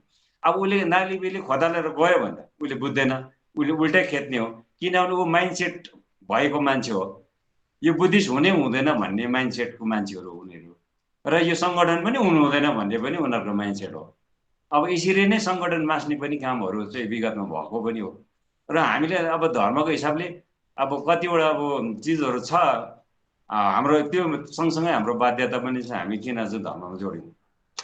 र त्यसले गर्दाखेरि अब हामीले आफ्नो जनजातिको मान्यताको लागि मार्ग प्रशस्त गर्दै लाँदैछौँ। यसरी नै अब गुरुङहरूमा अब एउटा डिस्टिङ्क्ट अब कल्चरको हिसाबले हेर्नु भनेदेखिलाई परम्पराको हिसाबले हेर्नु भने कुनै पनि एउटा गोर्खा जातिमा यस्तो छैन कि गुरुङले कुकुरको धरी अर्घ्यौं गर्छ। यो त अचम्मको चिजहरू यहाँनिर छ। यो जीवन दर्शन छ, फेरि एकदमै मिठो चिजहरू छ यहाँनिर। जस्तो यो पेले गुरुङहरू छ, अहिले हामीले अपभ्रंश गरेर पेले भन्छौँ, वास्तवमा केरलमा प्ले हो। त्यो प्लेको छोराहरू चाहिँ अब वर्तमान त्यो मस्ताङ खोलाको 5 ग्यालामा उनीहरूले एउटा आफ्नो राज्य विस्तार गरेर बसेको हो। अब त्यसमा राजाको छोराहरूमा चाहिँ अब 3टा छोराहरू हो। जेठा छोराको नाम चाहिँ टडी पेले हो, महिला छोराको नाम लडी प्ले हो, कान्छा छोराको नाम चोपेले हो। अब यो 3टै छोराहरू चाहिँ सिकारी हो।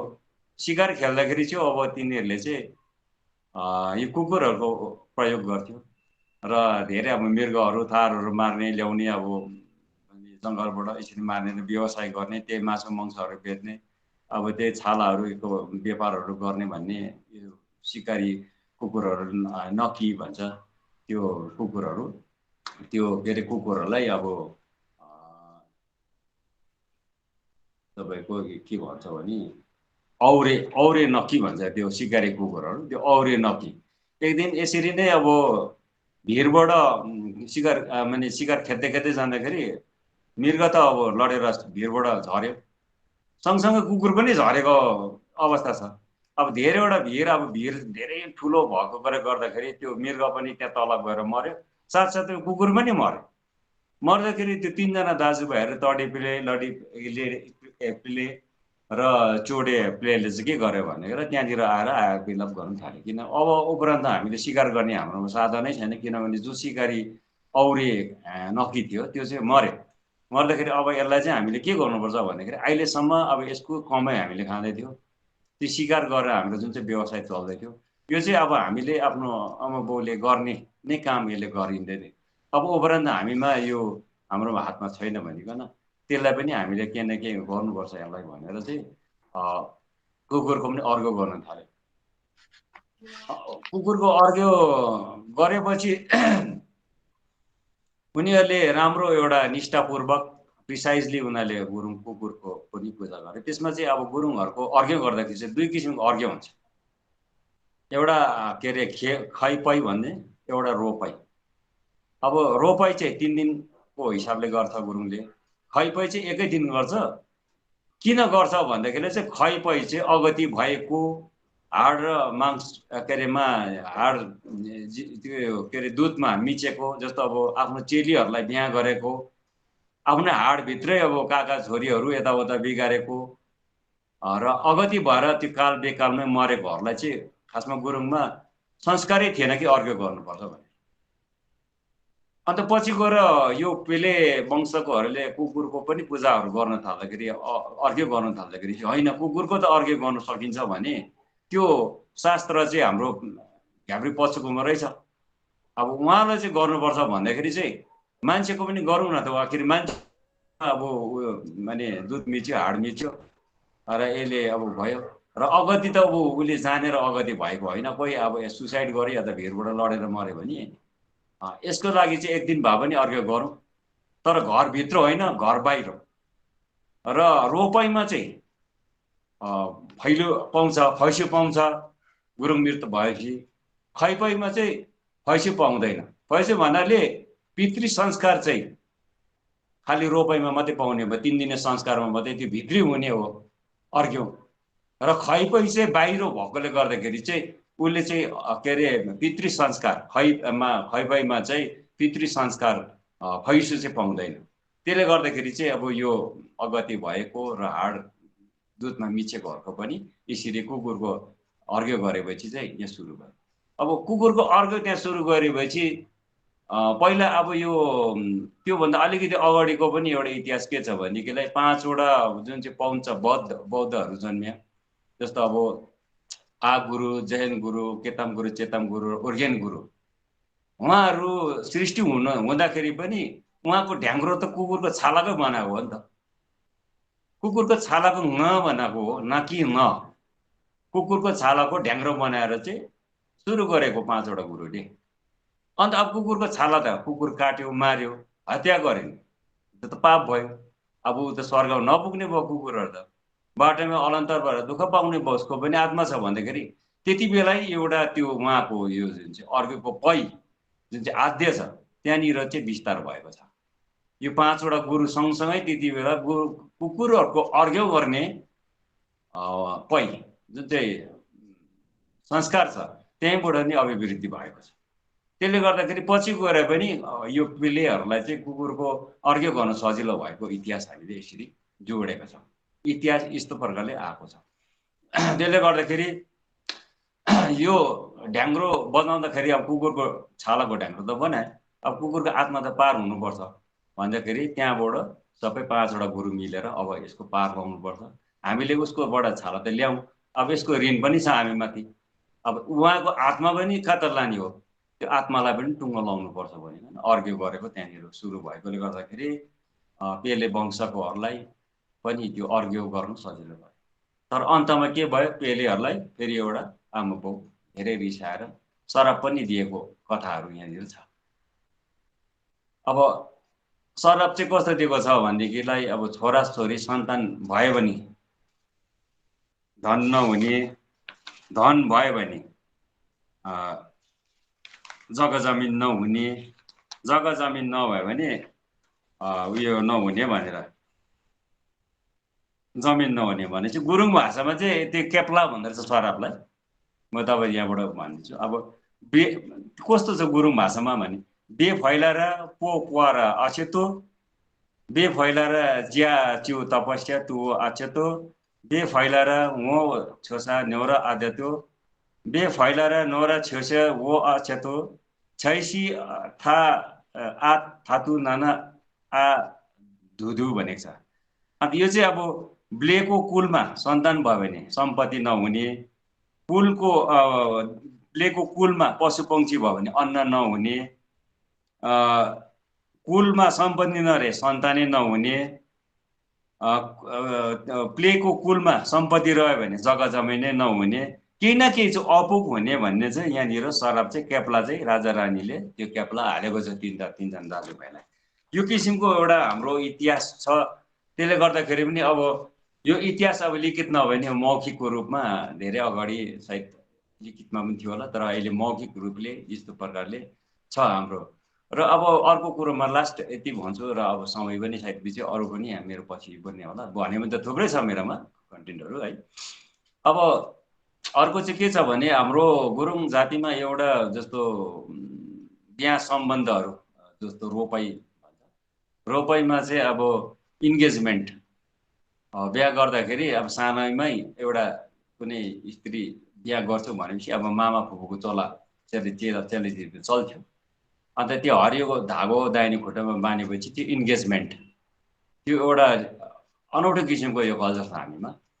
दोस्रो चाहिँ अब त्यसलाई फेरि पछि गएर मेलमिलाप भएन, सन्तानमा बाजो गाजो भयो, दुईजना बुढाबुढी कहिले पनि नमिल्ने, यता सासु छुच्ची भयो, अब बुहारीले पनि होइन तँसँग मेरो घरबार हुँदैन, मेरो जिन्दगी अब बर्बाद हुने रहेछ, अब रेस्ट जिन्दगी चाहिँ म अलग्गै बस्छु या त अर्कोसँग बिहा गर्छु भन्यो भने त्यहाँनिर फेरि सिङ्गी पाङ्ग्रोको पनि डिभोर्सको पनि त्यहाँनिर प्रावधानहरू यसरी छ। अब यो सबै चिजहरू अहिले मोडर्नसँग पनि एउटा मिल्दैछ, आधुनिक युगहरूसँग मिल्दैछ, किनभने यो इन्गेजमेन्टहरू भयो, डिभोर्सहरू भयो, सायद अरू जातमा यहाँ छ छैन, तर गुरुङमा चाहिँ यो अवश्य रूपमा हाम्रो इतिहास बनेर बसेको छ। त्यसले गर्दाखेरि अब धेरै यस्तो चिजहरू छ जसले चाहिँ हामीलाई एउटा गुरुङलाई पक्का एउटा ट्राइबल बनाउनलाई मद्दत मिल्छ। जस्तो रोदी पनि हाम्रो धेरै एन्सियन्ट चिजहरू भयो। अब रोदीहरूको टाइममा अब यो अहिले भर्खर मातृसत्तात्मक र पितृसत्तात्मकको कुरा निस्किँदैछ। हामी गुरुङहरू वान्स वी आर मेटर्नल, किन हामी चाहिँ गुरुङहरू चाहिँ त्यति बेला तिन ताक चाहिँ हामी मातृसत्तामा थियो। जस्तो गरिकन जति बेला रोदी थियो, ओडालमा बस्ने स्थिति थियो हाम्रो, अब त्यही आमाले छुटाउँथ्यो कि छोरा छोरी चाहिँ कसको हो भने, अब सेम एज टिबेटनमा पनि त्यो कतिवटा अब एउटा टिपिकल कल्चरमा थियो। जस्तो 5 जना छोरा भयो भने 1 जनै मात्रै बुहारीले बिहा गर्थ्यो। गर्दाखेरि अब 5 जना यता 4 जना 3 जना पनि छोरा छ भने 1 जना मात्रै छोरी बिहा गर्ने, एउटा बुहारी ल्याउने, सबै अब पल्लवीरको हिसाबले आफ्नो स्वास्नी बनाउने र अरू चाहिँ अब खेतीपाती गर्ने या त व्यापार गर्ने भनिसक्यो भने यो टिबेटन एउटा टिपिकल कल्चरमा छ। त्यस्तै गरिकन अब हाम्रो गुरुङहरूमा पनि त्यो थिएछ। त्यो हुँदाखेरि सायद कतिवटा अब बाध्यता होला, व्यवस्था होला कि किन चाहिँ अब यसरी दाजुभाइले नै अहिलेको हिसाबले त बुहारी त अलग हुनुपर्छ, जेठाजुसँग त एकदम टाउको छोपे हिँड्नुपर्छ, अलग अलग गर्नुपर्छ, छुवाछुत पनि हुँदैन भन्ने परम्परा सायद यहीँबाट सुरु भयो होला पछि गएर। किनभने अब मान्छेमा धेरै विवेक बढ्दै गयो, बुद्धि विवेक बढ्दै गयो। अब यो असामाजिक रहेछ यो चिजहरू हटाउनुपर्छ भन्ने हामीलाई चेत आयो होला। त्यसले गर्दाखेरि पनि यो चिजहरूलाई चाहिँ हामीले पर छर्यौँ। तर त्यति बेलाको यो मातृसत्तात्मकमा चाहिँ किन भन्दाखेरि चाहिँ यो चाहिँ जेठापट्टिको सन्तान, यो आमापट्टिको यो के अरे यो माइलापट्टिको सन्तान हो, यो कान्छापट्टिको सन्तान, यो काइला अन्तरेपट्टिको सन्तान भनेपछि चाहिँ अब सत्य कुरो चाहिँ आमालाई मात्रै थाहा छ नि त, बाउलाई थाहा छैन। अब बाउ त बाहिर जान्छ, कतिबेला के हुन्छ कसो हुन्छ, तर जहिले पनि पेटमा 9 महिनाको आमा हो र गर्भधारण गराउने मान्छे पनि आमाले चिन्छ भनेपछि चाहिँ आमाले नै त्यसको थर पनि दिने, त्यसको सबै चिजहरू दिने र कतापट्टिको सन्तान जेठाको माइलाको कान्छाको भनेर त्यसलाई निजा पनि दिने चलन चाहिँ गुरुङमा थियो। त्यो चाहिँ अब मातृसत्तात्मक। पछि गएर अब त्यो चिजहरूलाई पनि हामीले रेक्टिफिकेसनमा ल्याउँदै जाँदा अब मातृसत्तात्मक चाहिँ अहिले संसारको कतिवटा देश पनि एउटा मातृसत्तात्मक रूपले चल्छ। जस्तो फ्रान्स पनि एउटा उदाहरण हो। फ्रान्समा पनि नानीहरूलाई स्कुल भर्ती गर्न जाँदाखेरि त्यहाँ पनि त्यो रहेछ कि बाउको नाम कहिले पनि सोध्दैन रहेछ, आमाको नाम सोध्दो रहेछ। आमा इम्पोर्टेन्ट, किन आमा सत्य हो, आमालाई थाहा छ कि कसको सन्तान र कसलाई थाहा दिनुपर्ने।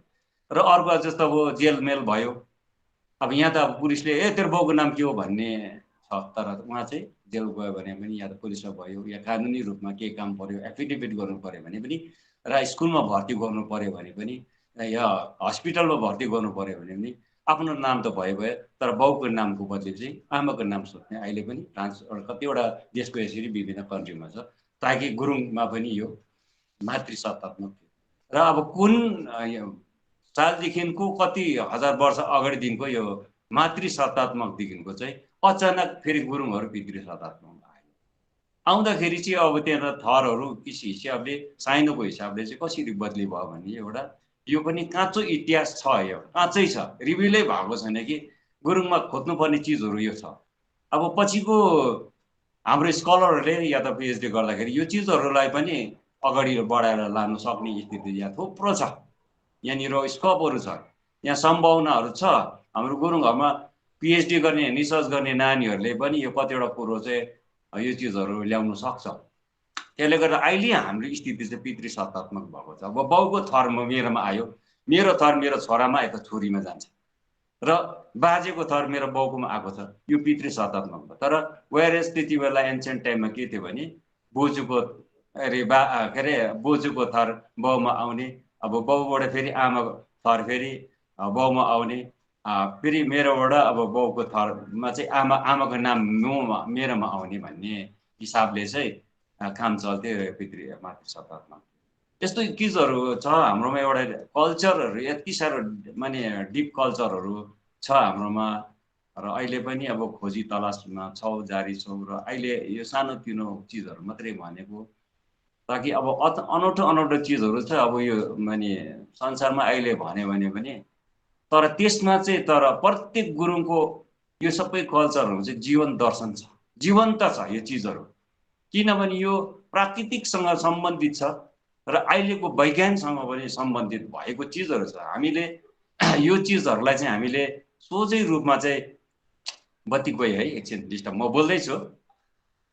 सोझै रूपले चाहिँ हामीले यो चिजहरूलाई चाहिँ हामीले लिङ्क गर्न सक्छौँ कि यो चाहिँ वैज्ञानिक छ, यो साइन्टिफिक छ, यो चाहिँ प्रकृतिसँग मेल छ, र यसको प्रत्येकको प्रश्नको उत्तर चाहिँ हामीसँग भएकोले गर्दाखेरि हामी निर्धक्कसँगले चाहिँ हामीले आफ्नो क्लेम गर्न सक्ने स्थिति चाहिँ यहाँ छ भनिकन आजको यो सानो टपिकलाई चाहिँ म यही राख्दछु। धेरै धेरै म धन्यवाद दिँदैछु।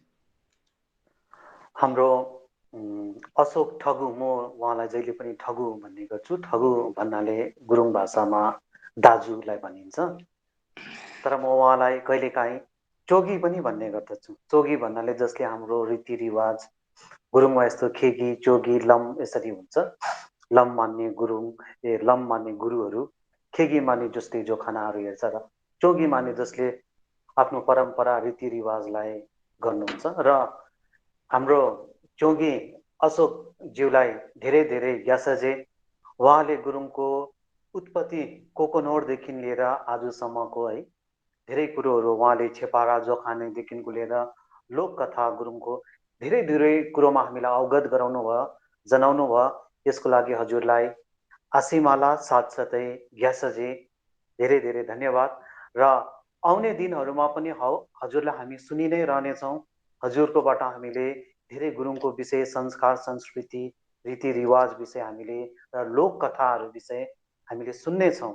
र हजुरहरूलाई आजकै यो भर्चुअल मञ्चको माध्यमबाट यो पनि सूचना गर्न चाहन्छु कि आउने शनिबारको हाम्रो वक्ता हाम्रो चोगी अशोकज्यू नै हुनुहुन्छ र उहाँलाई हामीले अझै राम्रोसँग र धेरै समयसँग गुरुङको विषयमा हामीले सुन्नेछौँ।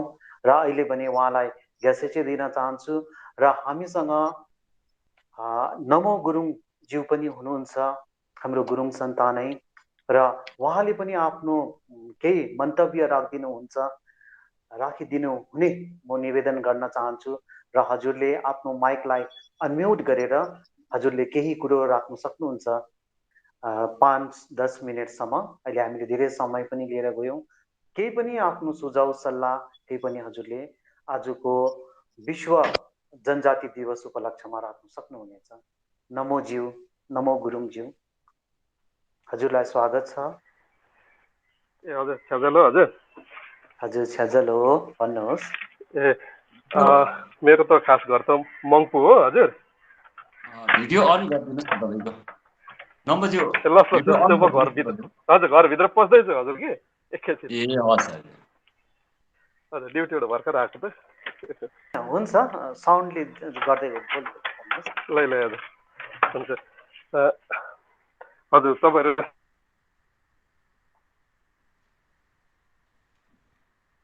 सबैलाई छ्याजल हो।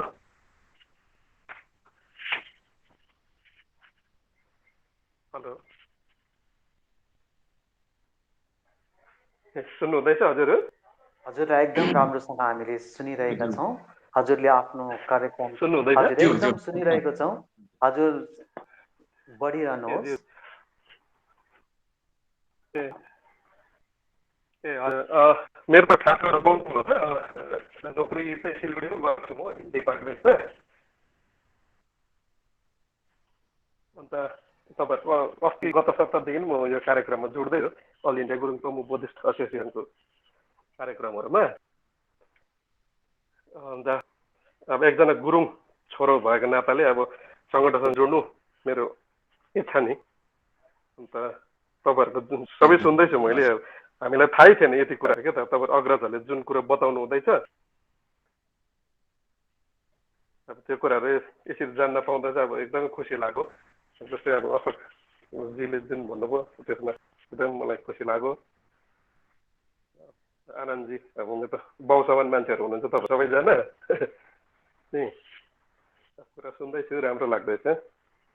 र ट्राइबल दिवसको बारेमा त के भन्नु र, हामी जस्तो पढेर यो नोकरी पाउने एस्पिरेन्ट्सहरूको लागि चाहिँ यो ट्राइबल भन्ने चाहिँ साह्रो ठुलो रहेछ क्या त।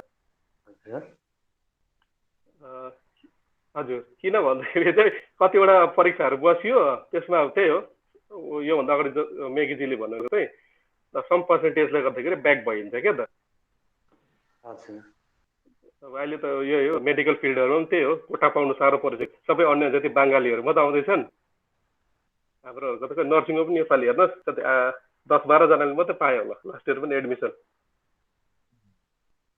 त्यो पनि एसटी कोटाबाट मात्रै पाउनेहरू छ म्याक्सिमम् हो, जेनरलको त एक्सपेक्टै नगरे पनि भयो। त्यही हो, अब एसटी भइदियो भने चाहिँ राम्रो हो। र यसमा अब सङ्गठनले पनि कस्तो पहल गर्नु हुँदैछ होइन, त्यो बुझ्दैछौँ, जान्दैछौँ हामीले। एसटी यो स्ट्याटस पाउने चाहिँ बेसी राजनीतिकरण भएको जस्तो पनि लाग्दैछ मलाई त। प्लस हामी टोटली डिपेन्डेन्ट अन राजनीतिक पार्टीमा मात्रै डिपेन्डेन्ट भइराखेको यिनीहरूले गरिदिन्छ 11 जत गोष्ठी छिर्छ र ढुक्कै हुन्छ भनेको त हामी जस्तो युवाहरू चाहिँ यसरी सङ्गठनसँग आबद्ध भएर सङ्गठनलाई केही दिउँ भन्ने चाहिँ अब मैले कमै देखेँ। हाम्रो साथीभाइहरू जतिन गुरुङ हाम्रो साथीभाइहरू हुनुहुन्छ उहाँहरू पनि यसरी सङ्गठनसँग जोडियोस् भन्ने चाहिँ मेरो चाहना र गुरुङ संस्कार संस्कृति विषय अब हामीले पनि बुझौँ। हामी त निल छ, अब जान्दैनौँ हामी त अहिले मोडर्न वर्ल्डमा नि। त्यही छ मेरो भन्ने वक्तव्यहरू चाहिँ। हजुर हजुर हुन्छ। हामीसँग जुन चाहिँ हाम्रो युवा तबका नमो गुरुङज्यू जो मङ्पुबाट जोडिनु भएको छ र उहाँले आफूले भोग्नु भएको जुन चाहिँ यथार्थ हामी समक्ष राख्नुभयो र उहाँले यी जनजाति दिवसमै अति नै ठुलो कुरो उहाँले एकदमै कम कुरा राख्नुभयो तर अति नै मार्मिक कुरो राख्नुभयो कि जनजाति प्राप्त भए हामीलाई के कसो हुने रहेछ, जो उहाँले भोग्नु भएको छ, जो हाम्रो युवा तबकाहरूले अहिलेसम्म यो भोगिरहेको छ, जो विद्यार्थीगण छ जसले व्यवसायको विषय होस् या अध्ययनको विषय होस् र एसटी भए हामीलाई कति कुरोको लाभ हुनेछ र नभए हामी कति कुरोबाट वञ्चित रहनेछौँ। यो उहाँले एउटा जल्दो बल्दो उदाहरण नै दिनुभयो। यसको लागि हजुरलाई धेरै धेरै ग्यासजे र हजुरलाई एउटा निवेदन पनि अझै गर्दछु कि हजुर युवा हुनुहुन्छ र हजुरले हजुरसँग भएका आफ्नो दाजुभाइ दिदी बहिनी है जो पनि गुरुङ सन्तानहरू छ, हुनु त यो कम्युनल केही चिज होइन तर हामीले पहिला त आफूले आफ्नै परिचय आफ्नो अवस्थालाई ठान्नु पर्यो। हामी बलियो भयौँ त हामीले अझै समाजलाई पनि बलियो गर्न सक्छौँ र यसरी नै हजुरसँग जो जति पनि गुरुङ युवा वर्गहरू छ, भाइ बहिनीहरू छ, उहाँहरूलाई पनि यसरी भर्चुअल मिटिङ भएको यसरी सङ्घ सङ्गठनसँग जोडिदिने एउटा आग्रह गर्दछु, हजुरलाई नम्र निवेदन गर्दछु हजुरले जोडिदिनुहोस् र हजुर यसरी हामी माझ पाउँदाखेरि अति नै खुसी लाग्छ कि हाम्रो पिँढी हामी पछाडि पनि हाम्रो पछाडि खडा छ भनेर हामीलाई एकदमै खुसी लाग्छ। अहिले हामीले आनन्दज्यू अशोकज्यूको पिछा गरिरहेको छौँ हामीले र हाम्रो पिछा पनि गर्ने कोही रहेछ जसले यो परम्परा यो संस्कार संस्कृतिलाई पासन गर्छ र सँगालेर राखिदिन्छ र हजुर यसरी जोडिदिनु भएकोमा एकदमै धेरै धेरै धन्यवाद र आउँदो दिनहरूमा पनि हजुरलाई अपेक्षा राख्छु र हजुरसँगै हजुरलाई निवेदन या एउटा कार्यभार पनि सोधिरहेको छु। अरू युवा तबकासँग पनि यी कुराहरू पुर्याइदिनुहुन्छ भनेर नम्र निवेदन राख्दछु र आज हामीले धेरै समय लिइसक्यौँ र फेरि पनि हामी आउँदो शनिबारमा हामी अशोकज्यूलाई सुन्नेछौँ र त्यसमा हामीले मुख्य अतिथि अमिरज्यू हुनुहुन्छ। हाम्रो गुरुङ मञ्चमा मुख्य अतिथिमा भन्नुको मतलब कोही ठुला ठुला राजनेता या व्यवसायको बिजनेसम्यानहरू या पैसावाल मात्र होइन, उनी धन र नामले मात्र ठुलो नभएर कर्मले ठुलो हुने चिजलाई पनि हामी हाम्रो मञ्च हामी दिनेछौँ र अरुण जो अमिर गुरुङ हुनुहुन्छ उहाँ कोही यस्तो ठुलो व्यक्तित्व हुनुहुन्न, उहाँ मात्र अनि मात्र एक ड्राइभर हुनुहुन्छ। कति विडम्बनाको कुरो सुन्नुहुन्छ कि एउटा ड्राइभरलाई हामीले ल्याउँदैछौँ तर उहाँले आफ्नो कर्मलाई ठुलो मानेर जो पेन्डेमिक सिचुएसनमा हामी दैलो थुनेर बसेको थियौँ उनी दैलो खोलेर गएर जनलाई सेवा दिनु हुने यस्तो व्यक्तित्व जसले आफ्नो प्राणको पनि बलिदान प्राणलाई पनि एउटा जोखिममा राखेर चाहिँ एउटा समाजलाई जुन चाहिँ सेवा दिनुभयो, जुन चाहिँ उदाहरण पेश गर्नुभयो, यो कर्म नै हामीलाई एकदम ठुलो लागेको छ र उहाँलाई हामी मुख्य अतिथिको रूपमा यस मञ्चमा निम्त्याइरहेको छौँ र अवश्य आजको यो कुरोले पनि हामी कम्ती छौँ तर जागरुक भएका र जिज्ञासाशीलहरू छौँ र हामीले यो आजको प्रोग्रामलाई केही थोर भए पनि सफलतापूर्वक हामीले सञ्चालन गर्न सक्यौँ वर्ल्ड ट्राइबल डेमा र फेरि अन्तमा पनि हजुर सबैलाई एउटा औपचारिक तौरमा घ्यासजे सबै जो जति पनि जोडिनु भएको छ र आउने दिनमा पनि हामी यसरी जोडियौँ, हामी निरन्तर हाम्रो कामलाई गरिरहौँ र युवा तबकाहरू पनि हामीसँग जोडिरहेको छ र हामी सञ्चारबाट जोड्नेछौँ र हामी समयलाई एकदम समयको पाबन्दीमा रहेर 5 बजी नै कार्यक्रम सुरु गर्नेछौँ। हामी एकैजना या दुईजना किन नहोस् र हामी जोड्नेछौँ र यो कार्यक्रमलाई म अध्यक्ष महोदयको अनुमति लिँदै उहाँलाई यो कार्यक्रमलाई समाप्त गर्ने घोषणा गरिदिनुहुन्छ भने म अनुरोध गर्दै म यो स्क्रिनबाट अब म पनि बिदा लिन्छु र उहाँले नै आफ्नो समाप्त गर्ने घोषणा गर्दै यो स्क्रिनलाई समापन गरिदिनुहुन्छ भन्ने म आग्रह गर्दछु। ग्यास चाहिँ धन्यवाद छ्याजलो र अन्तमा विश्व आदिवासी दिवसको सबैलाई शुभकामना आशीमाला। धन्यवाद। अच्छा, यो ट्राइबल डेको वर्ल्ड ट्राइबल डे जुन हामीले मनाउन गइरहेको छौँ आज 9 अगस्तको दिन, सम्पूर्ण विश्वको सम्पूर्ण जो जनजातिहरू हुन्छ, जो आदिवासी जनजातिहरू छ, उहाँ सबैलाई हार्दिक अभिनन्दन, स्वागत जनाउँदै यो के अरे जुन चाहिँ हाम्रो यो भर्चुअल कार्यक्रम जुन चाहिँ हुँदैछ, यसमा चाहिँ डाक्टर मेगी लामा, साथसाथै अशोक भाइ र नमु जो उहाँ सिलगढीबाट जोड्नु भएको लाई चाहिँ विशेष गरेर धन्यवाद दिँदै यो भर्चुअल कार्यक्रमले चाहिँ अझै आजको सन्देश चाहिँ धेरैलाई नै पुगोस्। यो कार्यक्रम चाहिँ के हो भन्ने कुरो चाहिँ सबैको आँखा खुलियोस् र हुन त प्रारम्भिक तमु संस्कृति विषयको कुराहरू छ यहाँनिर है। यसलाई लिएर गयो भने त धेरै नै कुराहरू आउँछ, धेरै विषयवस्तुहरू छ, धेरै कथाहरू जोडिन्छ। तर पनि यसमा हामीले चाहिँ अब छोटोमा भन्नुपर्ने हुनाले धेरैजनालाई नै यसमा समेट्नुपर्ने भएको गर्दाखेरि यो भर्चुअल कार्यक्रमलाई चाहिँ सबैलाई नै राम्रो सन्देश जाओस् भन्दै आजको यो वर्ल्ड ट्राइबल डेको निम्ति चाहिँ के अरे यसमा चाहिँ समाप्त भएको म घोषणा गर्दछु। ग्यासाजी।